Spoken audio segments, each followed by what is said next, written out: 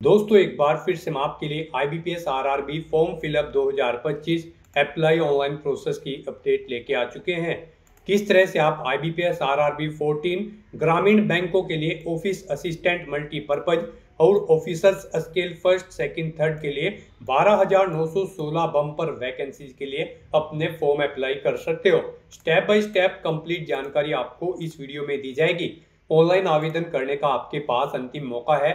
Last date की update है, केवल 3 ही दिन शेष रह गए हैं। आप जल्द से जल्द अपना फॉर्म अप्लाई कर ले, कहीं मौका हाथ से छूट न जाए। अंतिम समय में आपको किन किन बातों को ध्यान में रखते हुए अपना फॉर्म फाइनली सबमिट कर देना होगा।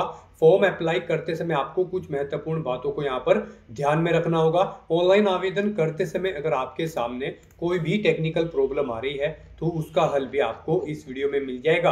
अंतिम समय में आपको किस प्रकार से अपना फॉर्म अप्लाई करना होगा, किस तरह से अपना फॉर्म रिजेक्ट होने से बचाना होगा। आवेदन करते समय आपको कोई भी ऐसी गलती या फिर मिस्टेक नहीं करनी होगी जिसको करने से आपका फॉर्म रिजेक्ट हो सकता है। फॉर्म अप्लाई करते समय आप अपनी बेसिक इन्फॉर्मेशन किस प्रकार से फिल करोगे, कैसे अपना लाइव फोटो कैप्चर करोगे, सिग्नेचर आपको कैसे अपलोड करने होंगे, डिटेल आपको किस प्रकार से फिल करनी होगी, प्रीव्यू आपको कैसे चेक करना होगा, कैसे आपको अपने डॉक्यूमेंट्स कितने केबी में किस प्रकार से अपलोड करने होंगे, फीस पेमेंट करते हुए रजिस्ट्रेशन से लेकर प्रिंट तक आपको किस तरह से अपना फॉर्म अप्लाई कर लेना होगा। पूरी जानकारी के लिए आपको ये वीडियो शुरू से लेके एंड तक बिना स्किप किए हुए देखनी होगी। इस वीडियो को कंप्लीटली देखने पर ही आपके सभी सवाल और डाउट क्लियर होंगे। तो चलिए दोस्तों, बिना कोई वक्त गंवाए शुरू करते हैं IBPS RRB फॉर्म फिलअप की पूरी जानकारी। फॉर्म भरने से पहले आपको सबसे पहले हमारी वेबसाइट IND सरकारी नौकरी के पेज पर विजिट करना होगा, जिसका लिंक आपको नीचे description plus first comment box में मिल जाएगा। और हमारे इस पेज पर विजिट करके आप यहां से IBPS RRB का फॉर्म अप्लाई कर सकते हो। Institute of banking personal selection banking कार्मिक चयन संस्थान IBPS बैंक के अंतर्गत ये भर्ती निकली है। ऑफिस असिस्टेंट मल्टीपर्पज और officers scale first second third की पोस्ट है। टोटल यहाँ पर 12,916 वैकेंसीज निकली है। पोस्ट वाइज वैकेंसीज आप यहां से वीडियो को पॉज करके चेकआउट कर ले।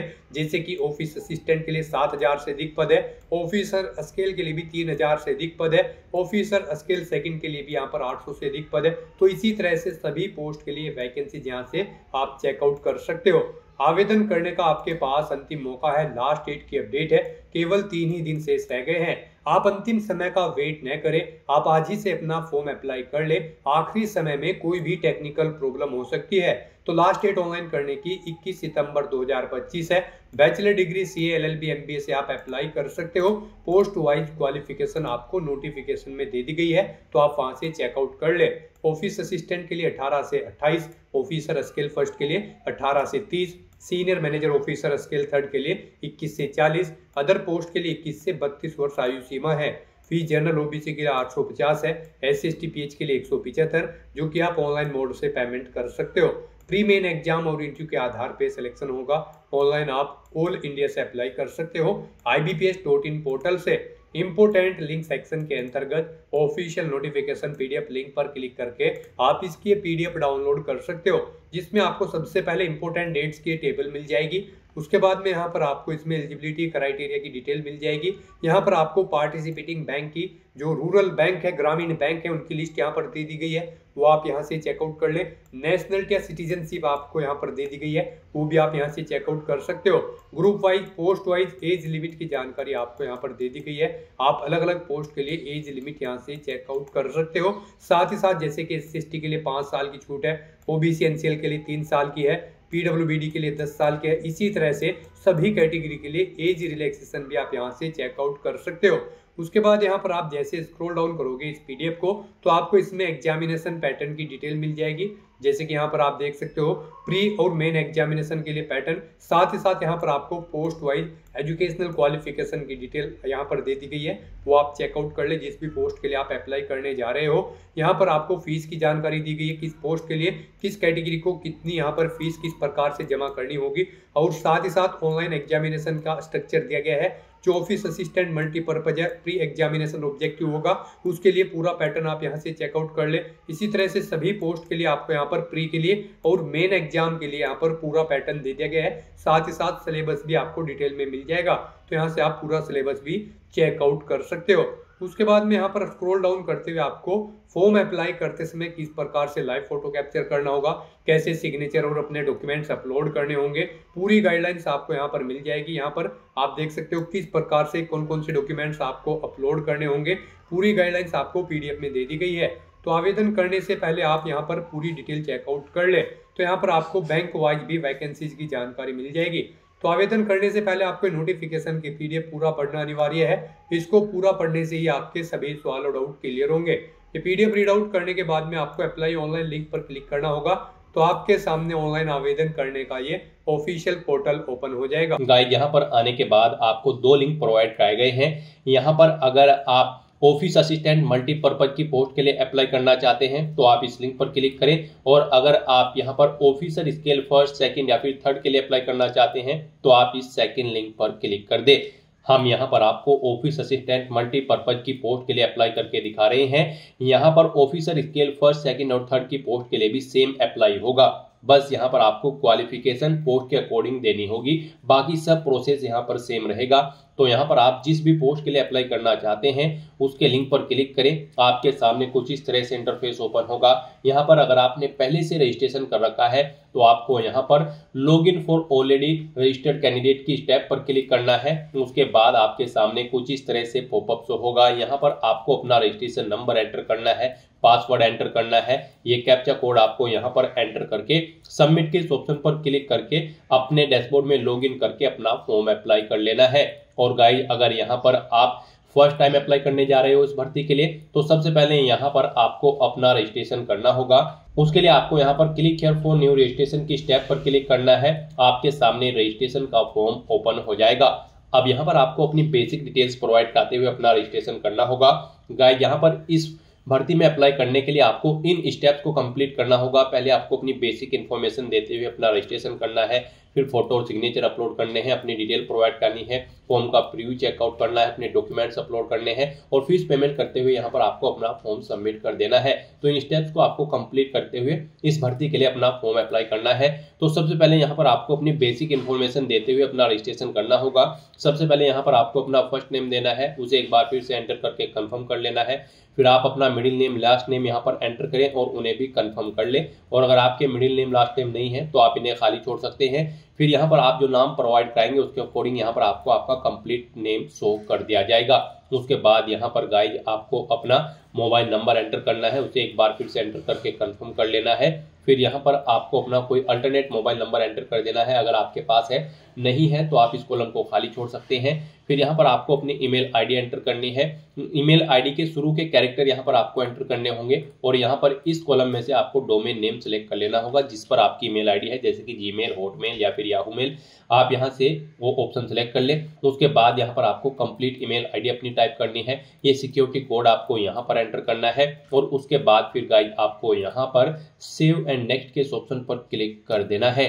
नेक्स्ट आपके सामने कुछ इस तरह से इंटरफेस ओपन होगा। यहाँ पर आपको एक रजिस्ट्रेशन नंबर और पासवर्ड प्रोवाइड कर दिया गया है। ये रजिस्ट्रेशन नंबर और पासवर्ड आपके रजिस्टर्ड मोबाइल नंबर और ईमेल आईडी पर भी सबमिट कर दिए गए हैं। आपको इन्हें केयरफुली नोट डाउन करके रख लेना है फ्यूचर यूज के लिए। और यहाँ पर गाइस अब आपको अपना फोटो अपलोड करना है, लाइव फोटो कैप्चर करना है और अपने सिग्नेचर आपको यहाँ पर अपलोड करने हैं। इनके लिए यहाँ पर आपको गाइडलाइन दी गई है।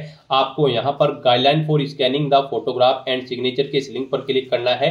आपके सामने PDF ओपन हो जाएगी। यहाँ से आप चेकआउट कर सकते हो आपका जो फोटोग्राफ होगा उसकी डायमेंशन यहाँ पर 4.5 सेंटीमीटर इंटू 3.5 सेंटीमीटर होनी चाहिए। 20 KB से 50 KB के बीच में आपका फोटो होना चाहिए। JPG या फिर JPG फॉर्मेट में आपका फोटो होना चाहिए जो फोटो आप अपलोड करोगे। उसके बाद यहाँ पर आपको अपना फोटो कैप्चर करना है। फोटो कैप्चर करते समय आपको कुछ चीजों का ध्यान रखना है, जैसे कि जब आप अपना फोटो कैप्चर करेंगे तो वहां पर जिस पैलेस पर आप अपना फोटो कैप्चर कर रहे हैं वहां पर प्रॉपर वे में लाइट होनी चाहिए और सिंपल बैकग्राउंड आपका होना चाहिए। फोटो कैप्चर करते समय आपको अपने चेहरे पर कोई मास्क वगैरह नहीं लगाना है, सर पर कोई टोपी नहीं रखनी है, कानों में ईयरफोन्स वगैरह नहीं लगाने हैं। तो कुछ इन चीजों का आपको ध्यान में रखना है। यहाँ पर आपको ऑप्शन दे गई हैं किन चीजों को आपको कर सकते हो आप, किन चीजों को आप नहीं कर सकते हैं लाइव फोटो कैप्चर करते समय। तो यहाँ पर आपको डिटेल्स रीड कर लेनी है। उसके बाद आपको अपने सिग्नेचर यहाँ पर अपलोड करने हैं। सिग्नेचर यहाँ पर आपके व्हाइट पेपर पर ब्लैंक इंक पेन से होने चाहिए। डायमेंशन उनकी 140 × 60 पिक्सल होनी चाहिए। 10 KB से 20 KB के बीच में यहाँ पर आपके सिग्नेचर होने चाहिए। कैपिटल लेटर्स में आपके सिग्नेचर नहीं होने चाहिए। जेपीजी या फिर जेपीईजी फॉर्मेट में यहाँ पर आपके सिग्नेचर होने चाहिए। तो यहाँ से आपको गाइडलाइन रीड आउट कर लेनी है। उसके बाद आपको अपने ये फोटो और सिग्नेचर अपलोड करते हुए नेक्स्ट आगे बढ़ना होगा। तो इन्हें अपलोड करने के लिए गाइज आपको यहाँ पर ब्राउज के इस ऑप्शन पर क्लिक करना है, फाइल को सिलेक्ट कर लेना है और फिर यहाँ पर आपको अपना फोटो अपलोड कर देना है। उसके बाद यहाँ पर आपको अपना लाइव फोटो कैप्चर करना है। आप कैप्चर फोटो के ऑप्शन पर क्लिक करें और अपने वेब कैमरा या फिर मोबाइल फोन के थ्रू अपना लाइव फोटो कैप्चर कर लें, या फिर आप यहाँ पर क्लिक हियर टू स्कैन के ऑप्शन पर क्लिक करें। ये क्यूआर कोड आपको शो होगा, इसे आप अपने मोबाइल फोन से स्कैन करें जो स्कैन रीडर आपके मोबाइल फोन में है, और फिर आप यहाँ पर अपना लाइव फोटो कैप्चर कर लें। उसके बाद यहाँ पर आपको अपने सिग्नेचर अपलोड करने हैं। सिग्नेचर अपलोड करने के लिए भी आपको ब्राउज के ऑप्शन पर क्लिक करना है, फाइल को सिलेक्ट कर लेना है और अपने सिग्नेचर यहाँ पर आपको अपलोड कर देने हैं। उसके बाद आपको इन चेक बॉक्सेस को ओके करना है। यहाँ पर जो चेक बॉक्सेस दिए गए हैं उसके बाद गाइस फिर आपको इस पेज को नीचे स्क्रॉल डाउन करते हुए नेक्स्ट के ऑप्शन पर क्लिक कर देना है। नेक्स्ट यहाँ पर आपको अपनी बेसिक डिटेल प्रोवाइड करनी है। सबसे पहले यहाँ पर आप अपनी कैटेगरी सिलेक्ट करें, आप जिस कैटेगरी से बिलोंग करते हैं। उसके बाद यहाँ पर आपसे पूछा गया कि क्या आप पीडब्ल्यूबीडी कैंडिडेट हैं और आपकी डिसेबिलिटी 40% से अबव है। अगर है तो आप यस करेंगे, अपनी डिसेबिलिटी का टाइप सेलेक्ट करेंगे, फिर यहाँ पर आप अपनी सब डिसेबिलिटी सेलेक्ट करेंगे और फिर यहाँ पर अपनी डिसेबिलिटी आप बताएंगे कि आपकी किस तरह की डिसेबिलिटी है, आप डीफ है, हार्ड ऑफ हियरिंग है। उसके बाद यहाँ पर आपको अपनी सब टाइप ऑफ मल्टीपल डिसेबिलिटी अगर आपको है तो उसकी डिटेल देनी होगी। और अगर गाइस यहाँ पर आपको डिसेबिलिटी नहीं है, आप यहाँ पर विकलांगता के दायरे में नहीं आते हैं, तो आपको नो ऑप्शन सेलेक्ट कर लेना है। फिर आपको ये आगे की डिटेल प्रोवाइड नहीं करानी है। उसके बाद यहाँ पर आपसे पूछा गया है आपकी पीडब्ल्यूडी की बारे में ही कुछ डिटेल्स आपको पूछी गई हैं, ये ऑप्शन आपके लिए इनेबल कर दी जाएंगे अगर आप पीडब्ल्यूबीडी कैटेगरी में यस ऑप्शन सेलेक्ट करते हैं, और अगर आप नो ऑप्शन सेलेक्ट करते हैं तो फिर आपको ये डिटेल्स नहीं देनी होगी। उसके बाद यहाँ पर आपसे पूछा गया है कि क्या आप person with specified disability cover करना चाहते हैं अंडर द सेक्शन ऑफ 2। अगर चाहते हैं तो यस करें, नहीं तो नो ऑप्शन सेलेक्ट करें। फिर यहाँ पर आपसे पूछा गया है अगर आप पीडब्ल्यूबीडी कैंडिडेट होंगे तो आपको एग्जाम में यहाँ पर कॉम्पेंसेटरी की जरूरत पड़ेगी या फिर नहीं, आप ऑप्शन यहाँ पर प्रोवाइड करा सकते हैं। उसके बाद यहाँ पर आपसे पूछा गया है आप किस रिलीजन से बिलोंग करते हैं। उसके बाद यहाँ पर आपसे पूछा गया है कि क्या आप माइनॉरिटी कम्युनिटी के अंतर्गत आते हैं। अगर आते हैं तो यस करें, नहीं तो नो ऑप्शन सेलेक्ट करें। फिर यहाँ पर आपसे पूछा गया है कि क्या आप गवर्नमेंट या फिर सेमी गवर्नमेंट या फिर पब्लिक सेक्टर में कार्यरत हैं। अगर हैं तो आप यस करेंगे, नहीं तो नो ऑप्शन सेलेक्ट करेंगे। ये एक सर्विसमैन है तो यस करेंगे और फिर यहाँ पर आप उसकी डिटेल देंगे, नहीं है तो आप नो ऑप्शन सेलेक्ट कर लेंगे। यहाँ पर आप डिसेबल्ड एक सर्विसमैन है तो भी आप यस या नो ऑप्शन सेलेक्ट कर लेंगे। यस करेंगे तो फिर आपको उसकी डिटेल देनी होगी। फिर यहाँ पर आपसे पूछा गया है कि क्या आप यहाँ पर dependent of serviceman killed action candidate हैं। अगर हैं तो आप यस करें, नहीं तो नो ऑप्शन सेलेक्ट करें। उसके बाद यहाँ पर आपको अगर यस ऑप्शन आप सेलेक्ट करते हैं तो फिर इनकी डिटेल आपको प्रोवाइड करनी होगी। फिर यहाँ पर आपसे पूछा गया है कि इससे पहले आप IBPS RRB CWE CRP RBR के एग्जाम में पार्टिसिपेट किए हो। इस एग्जाम से पहले भी अगर किए हैं तो आप यस करें, कितनी बार किया है वो यहाँ पर आप एंटर करें और फिर वो यहाँ पर आप सिलेक्ट कर लें किस किस एग्जाम में आपने पार्टिसिपेट किया है। इस तरह से यहाँ पर आप ऑप्शन सेलेक्ट कर सकते हो। और अगर आप फर्स्ट टाइम अप्लाई करने जा रहे हो तो यहाँ पर आपको नो ऑप्शन सेलेक्ट करना है। फिर आगे के ऑप्शन आपको डिसेबल्ड कर दी जाएंगे। उसके बाद यहाँ पर आपको अपनी नेशनलिटी सेलेक्ट कर लेनी है, अपना स्टेट यहाँ पर आपको सेलेक्ट कर लेना है। फिर यहाँ पर आपको रीजनल रूरल बैंक उस स्टेट के शो कर दिए जाएंगे जिस स्टेट को आप सेलेक्ट करेंगे। फिर यहाँ पर आपको प्री एग्जाम के लिए अपना सेंटर सेलेक्ट करना है। आप अपनी चॉइस के अकॉर्डिंग यहाँ पर अपना प्री एग्जाम के सेंटर सेलेक्ट करें। यहाँ पर आपको 2 चॉइसेस दी गई है, आप अपनी चॉइस के अकॉर्डिंग जिस सेंटर को फर्स्ट नंबर पर प्रेफरेंस देना चाहते हैं उसे फर्स्ट पर सेलेक्ट करें, जिसे सेकंड पर उसे आप सेकंड पर सेलेक्ट कर लें। उसके बाद ऐसे ही यहाँ पर आपको अपने मेन एग्जामिनेशन के लिए एग्जाम सेंटर सेलेक्ट कर लेने हैं। फिर यहाँ पर आपसे पूछा गया है आप एग्जाम के दौरान अपनी कौन सी आईडी प्रूफ अपने साथ लेकर जाएंगे। आपके पास यहाँ पर आईडी प्रूफ है तो आप इस चेकबॉक्स को ओके करें। यहाँ पर अपना आईडी प्रूफ कोई भी सिलेक्ट करें, जैसे कि आधार कार्ड, पैन कार्ड, पासपोर्ट या फिर ड्राइविंग लाइसेंस। आप अपने अकॉर्डिंग ऑप्शन सेलेक्ट करें, उस आईडी प्रूफ का नंबर यहाँ पर दें। फिर यहाँ पर आपको अपने एग्जाम पेपर्स का मीडियम सेलेक्ट कर लेना है, किस लैंग्वेज में आप अपना एग्जाम पेपर चाहते हैं, इंग्लिश एंड हिंदी, इंग्लिश या फिर उर्दू। यहाँ पर दो ऑप्शन आपको दिए हैं, इंग्लिश और हिंदी में आपका पेपर होगा, इंग्लिश और उर्दू। आप अपनी चॉइस के अकॉर्डिंग जिस भी लैंग्वेज में अपना क्वेश्चन पेपर चाहते हैं वो यहाँ पर आप सिलेक्ट कर ले। फिर यहाँ पर आपको अपनी पर्सनल डिटेल देनी है, यहाँ पर आप अपनी डेट ऑफ बर्थ सेलेक्ट करें। उसके बाद यहाँ पर आपसे पूछा गया है आपका जेंडर, आप अपना जेंडर सेलेक्ट करें, मेल फीमेल या फिर ट्रांसजेंडर। अपना मैरिटल स्टेटस बताएं, आप मैरिड हो, अनमैरिड हो, विडो हो या फिर विडोवर। उसके बाद यहाँ पर आपको अपना आधार कार्ड नंबर एंटर करना है। आप यहाँ पर आधार कार्ड का वेरिफिकेशन के लिए सहमति प्रदान करते हैं तो यहाँ पर आप येस या नो ऑप्शन सेलेक्ट करें। अपना पैन कार्ड नंबर यहाँ पर आप एंटर करना चाहते हैं तो वो आप एंटर कर दें। फिर यहाँ पर आपसे पूछा गया है कि क्या आपके जुड़वा भाई बहन हैं, अगर है तो आप यस करेंगे, उनका जेंडर सेलेक्ट करेंगे और उनका नाम देंगे, नहीं है तो आप नो ऑप्शन सेलेक्ट करेंगे। फिर आगे के ऑप्शन आपको ये डिसेबल्ड कर दिए जाएंगे। उसके बाद यहाँ पर आपसे पूछा गया है कि क्या यहाँ पर आपके फादर का नाम है, आप अपने फादर का नाम एंटर करें, अपनी मदर का नाम एंटर करें। मैरिड हो तो आप अपने हस्बैंड या फिर वाइफ का नाम यहाँ पर एंटर कर देंगे। उसके बाद यहाँ पर आपको अपना कोरोस्पोंडेंस एड्रेस एंटर करना है। फिर यहाँ पर आपको अपना परमानेंट एड्रेस एंटर करना है और अगर आपका परमानेंट एड्रेस आपके कोरोस्पोंडेंस एड्रेस के अकॉर्डिंग सेम है तो आप इस चेकबॉक्स को ओके कर देंगे। ऑटोमेटिकली आपका परमानेंट एड्रेस आपके कोरोस्पोंडेंस एड्रेस के अकॉर्डिंग फिल हो जाएगा। उसके बाद यहाँ पर आपको अपना जीएसटी इनवॉइसिंग एड्रेस सेलेक्ट कर लेना है, यानी कि इस भर्ती प्रोसेस के दौरान आप जिस भी एड्रेस पर कम्युनिकेट करना चाहते हैं वो एड्रेस यहाँ पर आप सेलेक्ट करें, कोरोस्पोंडेंस या फिर परमानेंट। उसके बाद यहाँ पर आपको आपकी कैटेगरी के अकॉर्डिंग एप्लीकेशन फीस का अमाउंट शो कर दिया गया है। इस तरह से यहाँ पर आपको अपनी सभी डिटेल्स केयरफुली फिल कर देनी है, उन्हें चेकआउट कर लेना है और उसके बाद गाइस यहाँ पर आपको वैलिडेट योर डिटेल के ऑप्शन पर क्लिक करके अपनी डिटेल्स वैलिडेट कर लेनी है और फिर आपको सेव एंड नेक्स्ट के ऑप्शन पर क्लिक कर देना है। नेक्स्ट यहाँ पर आपको अपनी क्वालिफिकेशन, एक्सपीरियंस और लैंग्वेजेस की डिटेल प्रोवाइड करनी है।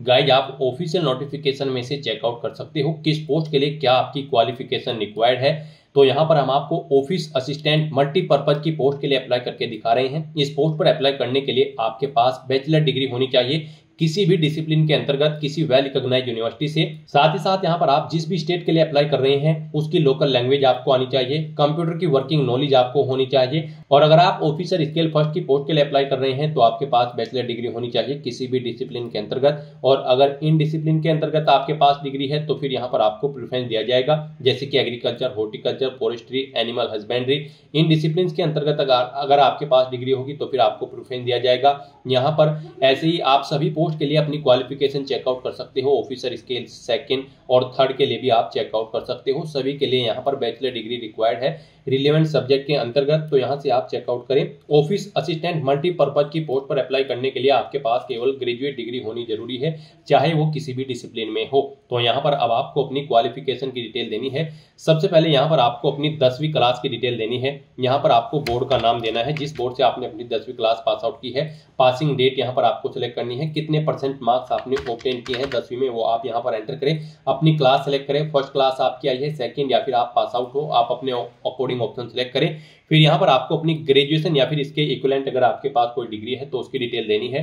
यहाँ पर आपको यूनिवर्सिटी का नाम देना है, जिस यूनिवर्सिटी से आपने अपनी ग्रेजुएशन पास आउट की है। डिग्री का नाम देना है, जोन सी डिग्री आपके पास है, यहाँ पर बीए, बीकॉम, बीटेक, आप जो भी आपके पास डिग्री है वो यहाँ पर आप सिलेक्ट करें। स्पेशलाइजेशन दें किसमें आपने अपनी डिग्री कंप्लीट की है। पासिंग डेट सेलेक्ट करें, परसेंटेज एंटर करें, कितने परसेंट मार्क्स आपने ग्रेजुएशन में ऑब्टेन किए हैं। आपकी फर्स्ट क्लास है, सेकंड है या फिर थर्ड है, वो यहाँ पर आप ऑप्शन सेलेक्ट करें। फिर यहाँ पर अगर आपने कोई पोस्ट ग्रेजुएशन या फिर कोई प्रोफेशनल क्वालिफिकेशन या फिर कोई अन्य डिग्री या फिर डिप्लोमा कर रखा है तो उसकी डिटेल भी आप सेम ऐसे ही यहाँ पर प्रोवाइड कर सकते हैं। उसके बाद यहाँ पर आपसे पूछा गया कि क्या आपको कंप्यूटर पर वर्किंग नॉलेज है, तो यहाँ पर आपको यस ऑप्शन सेलेक्ट करना है। आपको कंप्यूटर की नॉलेज होनी जरूरी है। कौन सी नॉलेज है वो यहाँ पर आप बताएं, आपके पास सर्टिफिकेट है या फिर डिप्लोमा है या फिर डिग्री है, यहाँ पर आप ऑप्शन सेलेक्ट करें। फिर यहाँ पर आपसे पूछा गया है आप जिस स्टेट के लिए अप्लाई कर रहे हैं उसकी लोकल लैंग्वेज यहाँ पर आप जानते हैं, तो आपको लोकल लैंग्वेज आनी जरूरी है जिस स्टेट के लिए आप अप्लाई कर रहे हैं। तो यहाँ पर भी आपको यस ऑप्शन सेलेक्ट करना है और लैंग्वेज यहाँ पर आपको सिलेक्ट कर लेनी है। उसके बाद यहाँ पर अगर आपको एक्सपीरियंस है तो आप अपने एक्सपीरियंस की डिटेल यहाँ पर प्रोवाइड कर सकते हैं, और अगर आपको एक्सपीरियंस नहीं है तो आप इस सेक्शन को खाली छोड़ दें। गाइस आपको अगर एक्सपीरियंस है और उसकी डिटेल आप देना चाहते हैं तो सबसे पहले यहाँ पर आपको अपना नाम देना है। फिर यहाँ पर आपको अपनी डेजिग्नेशन देनी है। प्रेजेंट में अगर आप कार्यरत हैं तो यस करेंगे, नहीं तो नो ऑप्शन सेलेक्ट करेंगे।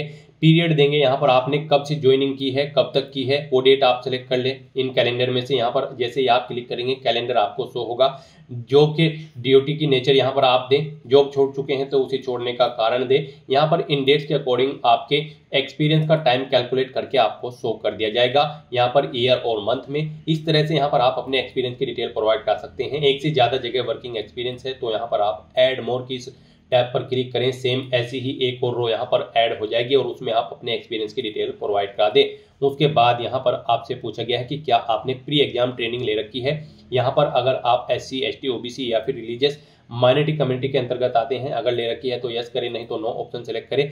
फिर यहाँ पर आपसे पूछा गया है कि क्या आपको कभी कोई फाइन या फिर कन्विक्शन या फिर डिटेंशन किया गया है, अगर किया गया है तो यस करें और फिर यहाँ पर उसकी डिटेल दें, नहीं किया गया है तो नो ऑप्शन सेलेक्ट करें। उसके बाद यहाँ पर आपको अपनी लैंग्वेज की डिटेल देनी है। यहाँ पर आप लैंग्वेज सेलेक्ट करें जो लैंग्वेज आप जानते हैं, उसके बाद उसे आप रीड, राइट, स्पीक जो भी करना जानते हैं वो ऑप्शन यहाँ पर आप इनेबल कर दें। इस तरह से यहाँ पर आपको अपनी लैंग्वेज सेलेक्ट करके लेनी है। आप जितनी भी लैंग्वेज यहाँ पर जानते हैं, हिंदी लैंग्वेज आनी यहाँ पर आपके लिए मस्ट है, कम से कम हिंदी लैंग्वेज आपको आनी चाहिए। इस तरह से आप हिंदी और इंग्लिश की डिटेल प्रोवाइड कर देंगे। फिर उसके बाद अगर इनके अलावा भी आपको कोई लैंग्वेज आती है तो आप अदर ऑप्शन पर क्लिक करेंगे, यहाँ पर उस लैंग्वेज का नाम देंगे और उसकी डिटेल प्रोवाइड करा देंगे।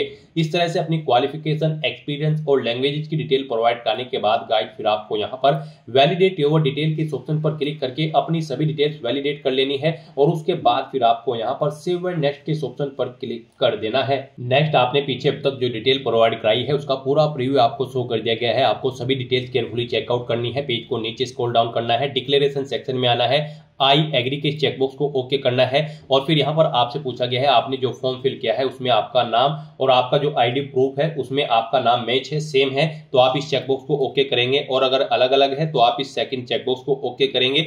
तो यहाँ पर आपको अपने अकॉर्डिंग इन दोनों चेकबॉक्सेस में से चेकबॉक्स को ओके करना है और उसके बाद गाइड यहाँ पर आपको कंप्लीट रजिस्ट्रेशन के इस ऑप्शन पर क्लिक कर देना है। नेक्स्ट यहाँ पर आपको अपने डॉक्यूमेंट अपलोड करने हैं। यहाँ पर आपको अपना left thumb impression, hand written declaration document और 10वीं क्लास का सर्टिफिकेट आपको अपलोड करना है। इनके लिए भी आपको गाइडलाइन दी गई है। गाइड यहाँ पर आप गाइडलाइन फॉर डॉक्यूमेंट अपलोड के इस लिंक पर क्लिक करें, आपके सामने यही PDF ओपन होगी जो स्टार्टिंग में हुई थी। यहाँ पर आप चेकआउट कर सकते हो। आपका लेफ्ट थंब इंप्रेशन जो होगा वो यहाँ पर JPG या फिर JPEG फॉर्मेट में होना चाहिए उस फाइल का टाइप और यहाँ पर डायमेंशन उसकी 240 × 240 पिक्सल होनी चाहिए। 20 KB से 50 KB के बीच में आपकी फाइल का साइज होना चाहिए और जो हैंड रिटन डिक्लेरेशन डॉक्यूमेंट होगी यानी कि इमेज होगी वो भी JPG या फिर JPEG फॉर्मेट में होनी चाहिए। 800 × 400 पिक्सल यहाँ पर उसकी डायमेंशन होनी चाहिए। 50 KB से 100 KB के बीच में आपका हैंड रिटन डिक्लेरेशन डॉक्यूमेंट होना चाहिए और आपको जो 10वीं क्लास का सर्टिफिकेट होगा उसका साइज 500 KB से कम होना चाहिए। PDF फॉर्मेट में आपकी ये फाइल यहाँ पर होनी चाहिए। तो यहाँ पर आपको दी गई गाइडलाइन के अकॉर्डिंग अपने इन डॉक्यूमेंट को अपलोड कर देना है, अदरवाइज आपका फॉर्म यहाँ पर रिजेक्ट हो सकता है अगर दी गई गाइडलाइन के अकॉर्डिंग आप अपने इन डॉक्यूमेंट को अपलोड नहीं करेंगे। तो यहाँ पर अपने इन डॉक्यूमेंट को अपलोड करने के लिए आपको चूज फाइल के ऑप्शन पर क्लिक करना है, फाइल को सिलेक्ट कर लेना है और अपने इन तीनों डॉक्यूमेंट्स को यहाँ पर आपको अपलोड कर देना है। उसके बाद यहाँ पर आपसे पूछा गया है कि क्या आप कंफर्म करते हैं यहाँ पर आपने जो डॉक्यूमेंट अपलोड किए हैं वो वैलिड है, तो आप इस चेकबॉक्स को ओके कर दें। उसके बाद यहाँ पर आपसे पूछा गया है कि क्या आप डिजी लॉकर से कनेक्ट करके अपनी डिटेल यहाँ पर फैच करना चाहते हैं ये तीनों डॉक्यूमेंट। अगर चाहते हैं तो आप यस ऑप्शन सेलेक्ट करेंगे और अपने डॉक्यूमेंट्स यहाँ पर अपनी user ID password details confirm करते हुए डिजी लॉकर अकाउंट में आप इन्हें फैच कर लेंगे। नहीं चाहते हैं तो आप नो ऑप्शन सेलेक्ट करेंगे। उसके बाद गाइड यहाँ पर आपको ये सिक्योरिटी कोड इस बॉक्स में एंटर करना है और फिर आपको सेव एंड नेक्स्ट के ऑप्शन पर क्लिक कर देना है। नेक्स्ट यहाँ पर आपको अपना फीस पेमेंट करना है। गाइड यहाँ पर आपको आपकी कैटेगरी के अकॉर्डिंग एप्लीकेशन फीस का अमाउंट शो कर दिया गया है। जैसे कि हमने आपको स्टार्टिंग में ही बताया था, जनरल OBC कैंडिडेट के लिए 850 रुपये फीस है, SC ST और PH कैंडिडेट के लिए मात्र 175 रुपये फीस है जो कि आप ऑनलाइन मोड से जमा करा सकते हो। तो यहाँ पर अब आपको अपना फीस पेमेंट करने के लिए पे या बिल डैश या फिर CC एवेन्यू इनमें से कोई एक ऑप्शन सेलेक्ट करना है। उसके बाद आपको ये कैप्चा कोड इस बॉक्स में एंटर करना है और फिर गाइड आपको यहाँ पर सबमिट के इस ऑप्शन पर क्लिक कर देना है। बिल डैश ऑप्शन यहाँ पर आपके लिए बेस्ट और इजी रहेगा। बिल डैश ऑप्शन सेलेक्ट करते आया आपके सामने कुछ इस तरह से इंटरफेस होगा। अब यहाँ पर आप debit card, credit card, net banking, wallet, cash card या फिर QR कोड या फिर UPI के माध्यम से अपना फीस पेमेंट कर सकते हो। इनमें आपके लिए UPI का ऑप्शन सबसे बेस्ट रहेगा। आप UPI के ऑप्शन पर क्लिक करें, मेक पेमेंट के ऑप्शन पर क्लिक करें, फिर यहाँ पर आप प्रोसीड विद पेमेंट के ऑप्शन पर क्लिक करें। उसके बाद आपके सामने कुछ इस तरह से इंटरफेस होगा। अब गाइस यहाँ पर अगर आप अपनी UPI ID के थ्रू फीस पेमेंट करना चाहते हैं तो यहाँ पर आप अपनी UPI ID एंटर करें, मेक पेमेंट के ऑप्शन पर क्लिक करें और अपना फीस पेमेंट कर दें। या फिर आप यहाँ पर क्लिक हियर टू स्कैन के इस ऑप्शन पर क्लिक करें, आपके सामने ये QR कोड शो होगा, आप इसे अपने UPI से स्कैन करें और अपना फीस पेमेंट कर दें। सक्सेसफुली फीस पेमेंट करने के बाद यहाँ पर आपके एप्लीकेशन फॉर्म को भरने की सभी टास्क कंप्लीट हो जाएगी। उसके बाद आपको अपने एप्लीकेशन फॉर्म का एक हार्ड कॉपी प्रिंट आउट ले लेना है फ्यूचर यूज के लिए, फ्यूचर रेफरेंस के लिए। तो दोस्तों ऐसे आप IBPS RRB 14 के लिए अपने फॉर्म अप्लाई कर सकते हो बिना कोई मिस्टेक किए हुए। आज की इस वीडियो में बस इतना ही। आई होप ये वीडियो आपको पसंद आई होगी। अगर पसंद आई हो तो इसे लाइक और शेयर करें। चैनल पर नए हो तो इसे सब्सक्राइब कर लें। Thanks for watching.